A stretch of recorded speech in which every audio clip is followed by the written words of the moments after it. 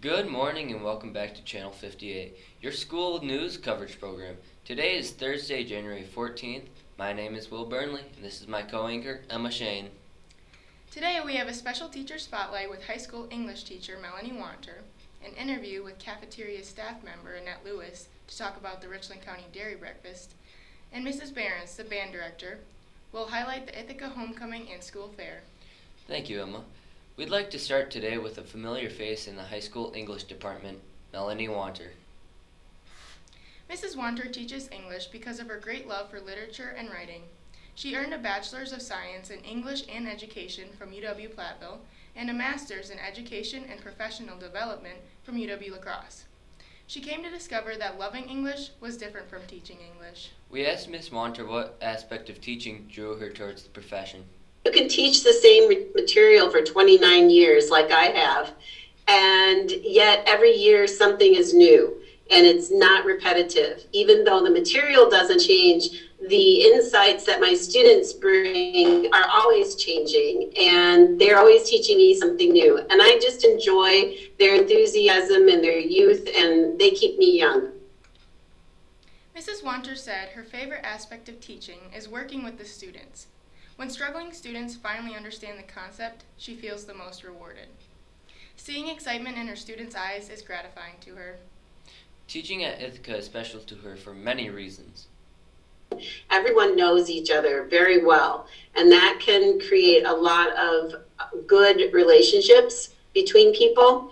So that's probably one of Ithaca's greatest strengths is its size.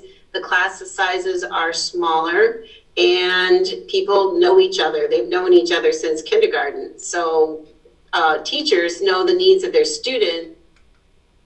Living through a pandemic has been challenging for almost everyone. Mrs. Wanter has some encouraging words and reminds us to just keep working. This isn't forever, but the results of what you do maybe take a long time for you to change. So if you feel like giving up, don't. When the going gets tough, the tough get going. So I know that this is a really difficult time for students. It's a difficult time for teachers. Hang in there, do your best instead of sitting back and waiting for this to be over, because that puts us way too far behind. Just keep working. The student body is very lucky to have such an amazing teacher. In other news, the unique Ithaca Homecoming and School Fair. Ithaca will be celebrating its 99th school fair this year. That's right, 99 years. Most schools have the typical homecoming football game, dance, and parade. What makes Ithaca's homecoming celebration unique is the school fair on Saturday of the week of homecoming. The school fair offers many opportunities for students, alumni, and community members of all ages to showcase their talents. Events of the school fair include Homemade entries in the gym, from photographs to Legos to plants. a livestock showmanship show and sale, And a horse show. Students even have the opportunity to earn premiums for their entries. The Ithaca School Fair truly demonstrates the community support Ithaca has. We talked with Mr. Favreau, the fair superintendent, who explained that students active in the livestock sale earn 5 to 10 times a normal market price from community members who bid for their animals. Sometimes, after paying premium prices, the animals are donated back to the students. Ithaca alumni are invited back to reunite with their classmates during the school fair and football game. Ithaca's homecoming does not solely focus on the current student body, but offers a variety of events that involve the community members. For example, the Bulldog Block Challenge, a 5K walk-run held the morning of the fair. Mary Beth Behrens has been the band director at Ithaca for 33 years. She has been a part of the homecoming planning committee since she started teaching here.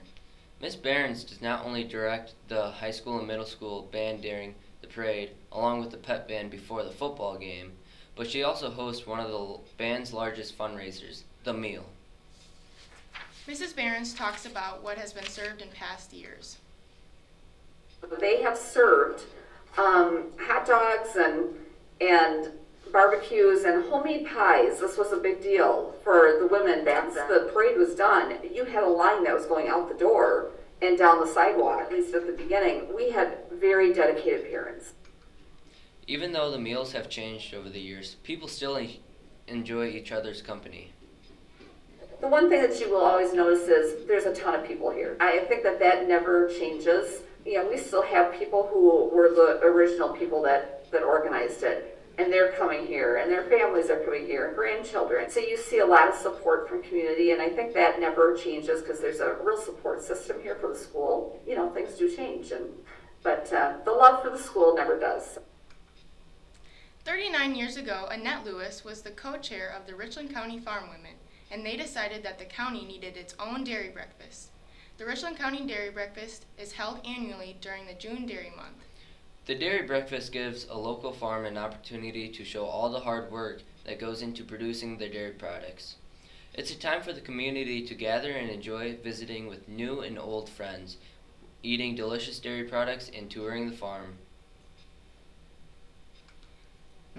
The Dairy Breakfast has really brought awakening to how much hard work the farmers have to do to produce a product and how important the farmers are to Richland County. The typical menu of the Richland County Dairy Breakfast includes pancakes, cottage cheese, string cheese, yogurt, milk, and sausage. It is a time for local organizations to volunteer their time and talents by making the pancakes, setting up for the event, and other activities that promote the dairy industry. Hey Emma, do you remember when we were in 4-H and volunteered to fill the butter and syrup bottles? I sure do. That was a lot of fun, volunteering our time at the 4-H Dairy Breakfast. Thank you for tuning in to this special edition of Channel 58 News. I'm Will Burnley. And I'm Emma Shane. See you next time.